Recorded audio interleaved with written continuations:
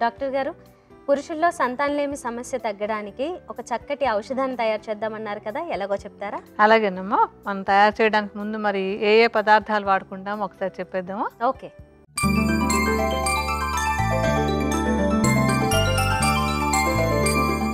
పురుషుల్లో సంతానలేమి సమస్య తగ్గడానికి ఔషధం తయారీకి కావలసిన మూలికలు: అశ్వగంధ, శతావరి, కపికచ్చు, పల్లేరుకాయలు, నేలతాడిగడ్డలు.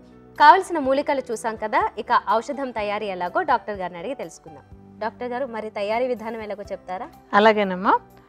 దీనికి ఏంటంటే మనం చాలా తేలిక తయారు చేసుకోవడం, మంచి మంచి మూలికలు, చాలా ఎఫెక్టివ్గా పనిచేసే మూలికలు. ఈ మూలికలతో మందు తయారు చేసుకోవడానికి ముందు మనం స్టవ్ వెలిగించి బాండీ పెట్టుకుందాం. ఓకే. ఇప్పుడు ఇందులో ఒక గ్లాస్ నీళ్లు పోసి మరిగించడానికి పెట్టుకుందాం.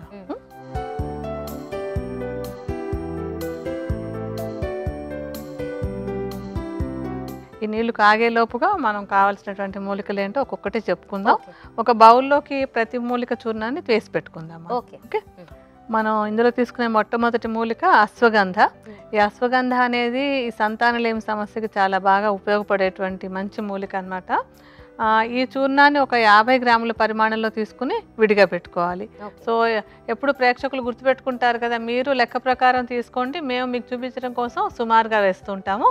సో కొంచెం చూర్ణాన్ని తీసి విడిగా ఉంచుకుందాం.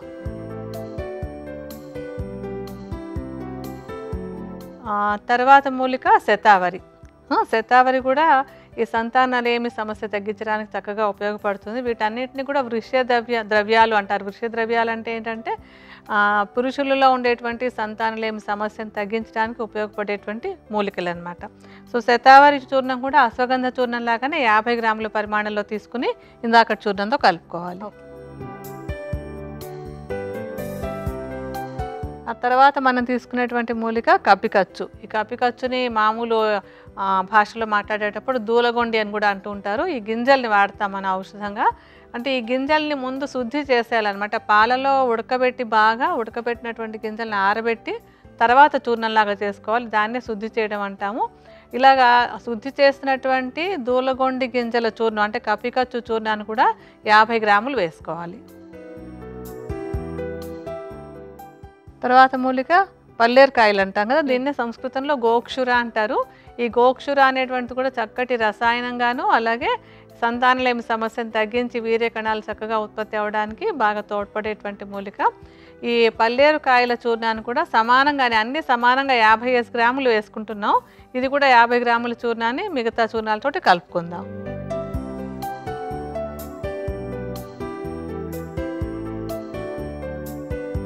ఇంకా మనం ఇందులో వేసుకునే ఆఖరి మూలిక, ఇందాక మనం చెప్పిన 5 మూలికలు కదా, ఈ 5వ మూలిక నేలతాడిగడ్డలు అంటాము. ఇది కూడా వేర్లదన్నమాట, గట్టిగా దుంప ముక్కల్లాగా ఉంటాయి ఇవి.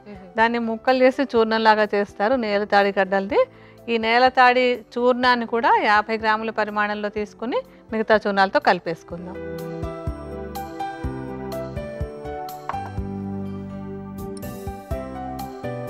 ఇప్పుడు మనం అన్ని మూలికలు తీసుకున్నాం కనుక అన్ని బాగా ఒకదాంతో ఒకటి కలిసిపోయేలాగా కలిపేసుకుందాం. ఓకే.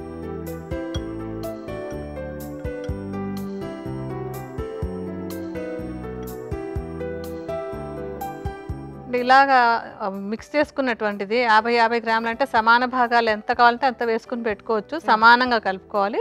ఈ సమానంగా కలుపుకున్నటువంటి చూర్ణాలన్నింటినీ ఒక గాజు సీసాలో, అంటే గాలి లేకపోతే తేమ వెళ్లకుండా ఉండేలాగా ఒక గాజు సీసాలో మూత పెట్టేసి ఉంచేసుకోవాలన్నమాట.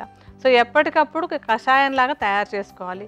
ఇప్పుడు మనకి ఆ నీళ్లు మరిగాయి కదా, ఈ మరుగుతున్న నీళ్ళల్లో ఒక పెద్ద చెంచాడు చూర్ణం అంటే సుమారుగా ఒక 5 గ్రాములు ఉంటుంది అది. ఆ చూర్ణాన్ని ఇందులో వేసి కాచాలి. ఇప్పుడు మొత్తం మందు ఒకసారి తయారు చేసి పెట్టుకుంటాం, కానీ కషాయం మాత్రం ఎప్పటికప్పుడు తయారు చేసుకోవాలన్నమాట. నీళ్లు మరుగుతూ ఉన్నప్పుడు 5 గ్రాముల చూర్ణాన్ని అందులో వేసి కషాయంలా కాచుకోవాలి. సన్నటి మంట మీద, ఎప్పుడు మనం చెప్తూనే ఉంటాం కదా, సన్నటి మంట మీద కాచుకొని ఒక సగం ఎగిరే వరకు మరిగించుకోవాలి. ఓకే. అంటే ఇలా మరిగించుకున్నప్పుడు ఏమవుతుందంటే ఆ ఔషధం చక్కగా బాగా ఉడికి తీసుకున్న ఔషధం బాగా అరుగుతుంది. కషాయం తయారు చేయడంలో ముఖ్య ఉద్దేశం అదనమాట. తేలికగా మందు అరగాలంటే కషాయం రూపంలో తీసుకోవాలి. సో ఒక సగం ఎగిరేంత వరకు దాన్ని మరిగించుకుందాం. బాగా మరిగింది కదా, సుమారుగా సగం ఎగిరిపోయింది. ఇలా సగం ఎగిరిన తర్వాత దాన్ని మనం వడపోయాలి తీసుకుని ఒక బౌల్లోకి వడపోసుకుందాం.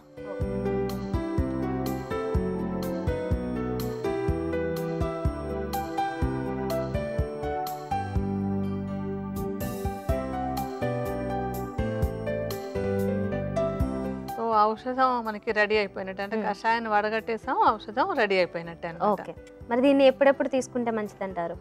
ఇప్పుడు ఏంటంటే ఇలా తయారు చేసుకునే ఔషధం ఎప్పటికప్పుడు తయారు చేసుకోవాలి. ఏ పూట కాపూట తయారు చేసుకుని ఉదయం ఒకసారి, సాయంత్రం ఒకసారి, అంటే కడుపు నిండా ఆహారం ఉన్నప్పుడు కాకుండా ఆహారం తినడానికి ఒక అరగంట లేదంటే 40 నిమిషాల ముందు 30 నుంచి 40 మిల్లీలీటర్ల పరిమాణంలో ఎప్పటికప్పుడు తాజాగా చేసుకుని గోరువెచ్చగా ఉండగా తీసుకుంటూ ఉండాలన్నమాట. అలా తీసుకుంటున్నట్టయితే కనుక కొన్ని నెలల పాటు తీసుకోవాలి. ఎందుకంటే వీర్యకణం పుట్టాలంటే ఒక కణం పుట్టడానికి 6 నెలలు పడుతుంది.